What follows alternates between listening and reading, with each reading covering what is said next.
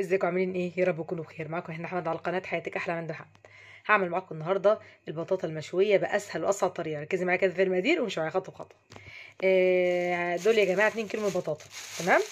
خلاص انا بجيب البطاطا، بجيب 2 كيلو او 3 كيلو، واجيب كميه كبيره. تمام. وبشوي كل الكميه وبستخدمه، وباقي الكميه بعينه في حفظ الطعام في التلاجة. بتقعد معايا من اسبوع لاسبوع، ما بيحصلهاش اي حاجه خالص. وقت الاستخدام بطلعها من حفظه الطعام واحطها، يا اما اسخنها في الفرن بتاع البوتاجاز، يا اما اسخنها دقيقتين في الميكرويف كده تطلع كانك لسه عاملاها بالظبط. تمام. دول 2 كيلو من البطاطا. تمام. اول حاجه انا بجيب بقى ايه، زي ما انتم شايفين كده، ده طبق كبير خالص. خلاص هحط فيه كل كميه البطاطا. اول حاجه هغسلها. بص بحطها تحت الحوض كده زي ما انتم شايفين. وابتدي بقى ايه اغسلها كده جامد. خلاص. اغسلها جامد كده، اشيل كل الطين اللي عليها، اغسلها جامد جدا. لو انت عندك الفرشه، في فرشه صغيره كده بتعملي بيها كده على البطاطا كده، تشيلي كل الطين ده. لو موجوده عندك يا ريت، دي هتسهل عليكي كتير.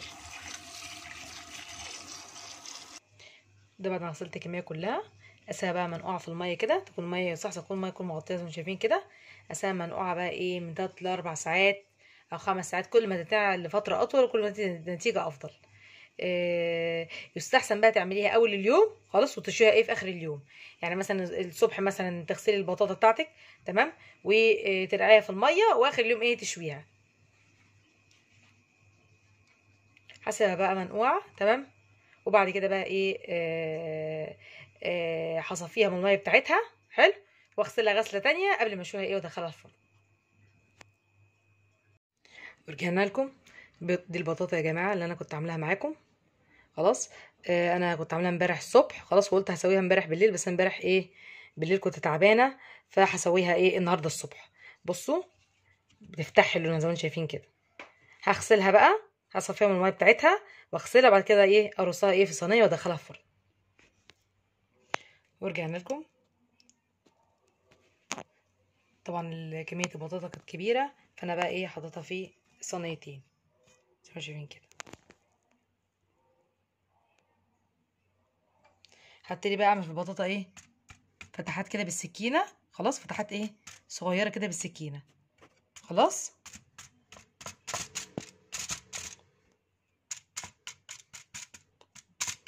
ممكن تعمليها بالشوكه، بس ايه السكينه اسرع. بصوا فتحات ايه صغيره بالسكينه كده.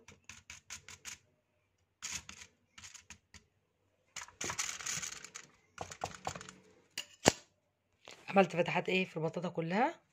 خلاص صينيتين. بص انا عملت فتحات هنا فوق وفتحتين مثلا 3 من تحت، يعني كل البطاطايه كلها.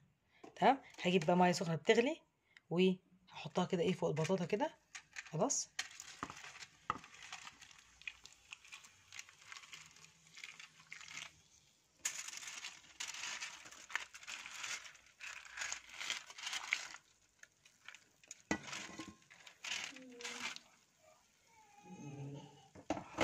بصوا يعني ايه في حبه ميه زي ما شايفين كده، لازم يكون ايه ميه ايه سنتي كده. بصوا الميه يا جماعه يا دوبك تغطي ربع زي ما شايفين كده. بصوا. بصوا.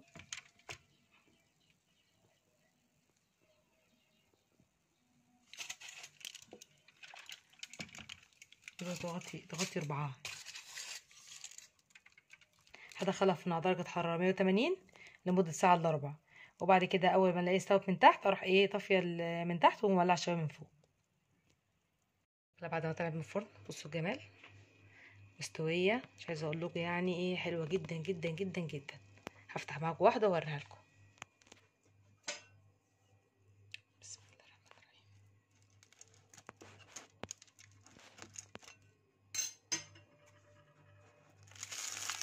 الرحيم. بصوا ازاي. بسم الله ما شاء الله، الله اكبر. عايزه اقول لكم ان انتوا لما تحطوا الميه فوق البطاطا، عايزه اقول لكم بترطبها. دي حاجه التانية، انا حطيت ورق فويل في القعر هنا في الصينيه عشان الحاجات اللي تنزل من البطاطا ما تنزلش في الصينيه، فسهل تنظيفها.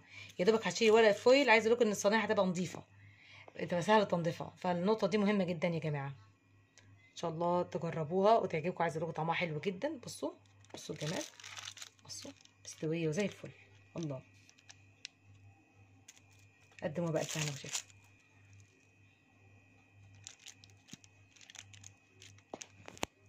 ده شكلها بعد التقديم. حاجه كده اللهم بارك. قدموا بقى الف هنا وشفا. عايزه اقول لكم لو جربتوا تعملوا البطاطا بالطريقه دي، عايزه اقول لكم هتطلع معاكم مستويه وطريه وطعمها حلو جدا جدا جدا، بس تعملوها بنفس الخطوات اللي قلت لكم عليها. وعايزه اقول لكم برده نقطه ان انتوا تعملوا فيها فتحات، ده بيساعد على التسويه اسرع، وان انتوا تحطوا فيها الميه السخنه ده بيفتح الانسجه اللي جوه البطاطا، فبتستوي برده بطريقه اسرع وبتخليها طريه من جوه ما تبقاش ناشفه. دي الحاجه التانية لما تحطوا ورق الفويل تحت الصينيه، تمام، ده بيخلي ان اي حاجه تنزل من البطاطا ما تصطدمش بالصينيه، فسهله التنظيف، يعني يا دوبك تشيلي ورق الفويل وترميه في الزباله. عايزه اقول لكم ان الصينيه انا شايلاها كانها نظيفه، كاني ما شويتش فيها بطاطا اصلا، فالنقطه دي بتريحك في النظافه. ان شاء الله تجربوا تعملوا البطاطا بالطريقه دي ان شاء الله وتعجبكم. قدموا بقى الف هنا وشفا. لو عجبك الوصفه لايك واشتراك في القناه، ويا ريت تدعموني بالاشتراك. والسلام عليكم ورحمه الله وبركاته.